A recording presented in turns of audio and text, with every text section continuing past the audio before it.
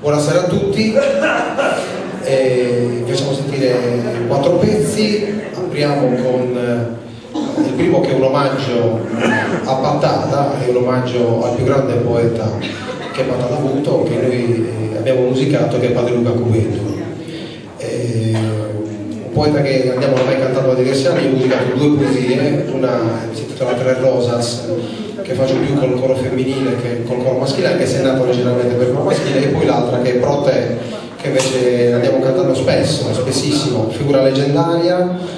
Padre Luca non c'è bisogno che riassuma velocemente la vita, che raccoglie sempre l'attenzione un po' di tutti i presenti, perché ha avuto una vita molto, molto strana e molto particolare, ma la cosa più particolare è che parliamo del fine 1700, quindi io ne approfitto sempre per ricordare a tutti i sardi, anche a chi sardo non è, l'importanza della poesia in Sardegna già da questo periodo. E niente, Pro Te.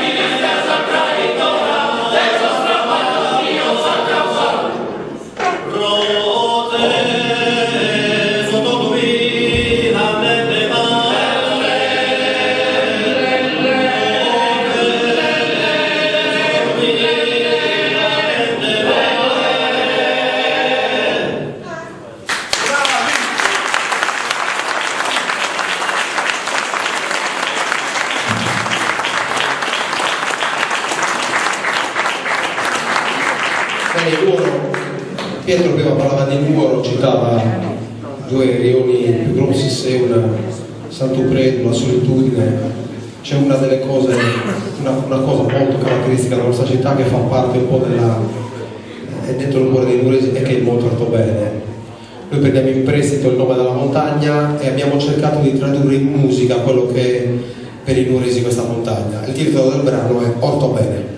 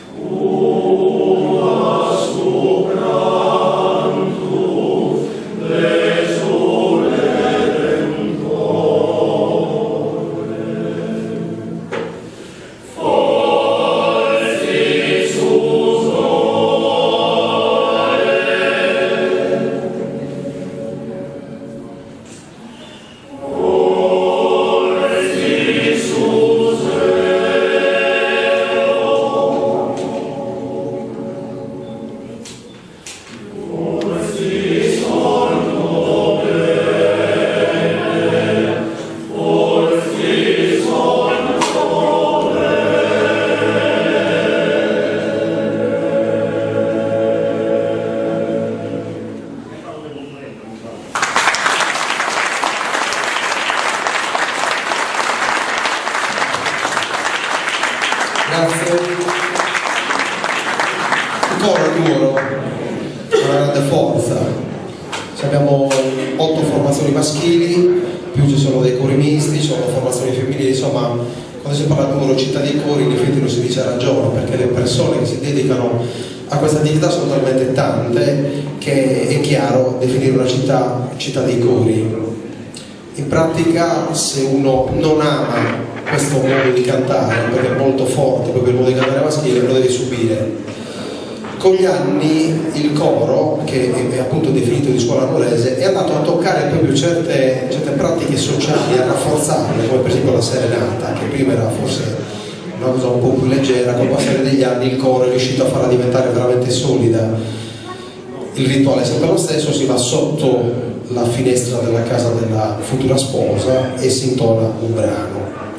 Noi abbiamo pensato di scrivere questa canzone che si intitola Zanugoresa, dove però ben presto all'elenco dei pregi si sostituisce l'elenco dei difetti grazie all'intervento di una seconda voce e la canzone si trasforma in burla. Zanugoresa.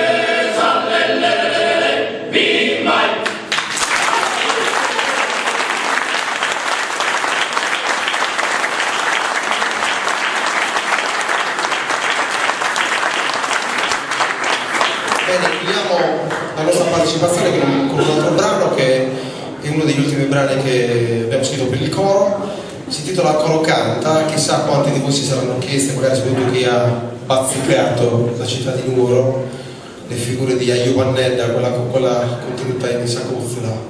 Bravo diceva, Ayub Anneda la nostra grande hermana, la musica con Iuvare Chillaretto, oppure Sant'Atana Maragone, oppure Bovoli di Comunisca. Tutti questi personaggi che in effetti sono veramente vissuti, che fine hanno fatto? Ecco, noi ipotizziamo dei finali per le loro storie, li facciamo rivivere per il tempo della canzone, creando poi il tutto all'interno di un brano che diventa quasi un inno al cantare a coro. Ve la facciamo sentire, vi ringraziamo per l'attenzione e buona Pasqua a tutti. Grazie.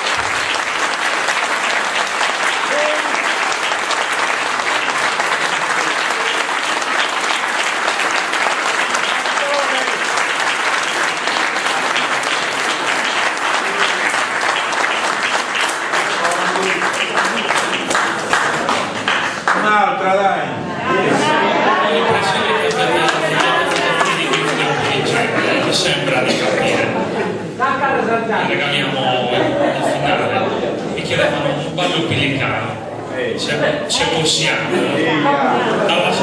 dall'associazione organizzatrice, quindi è un regalo che non si può negare, insomma.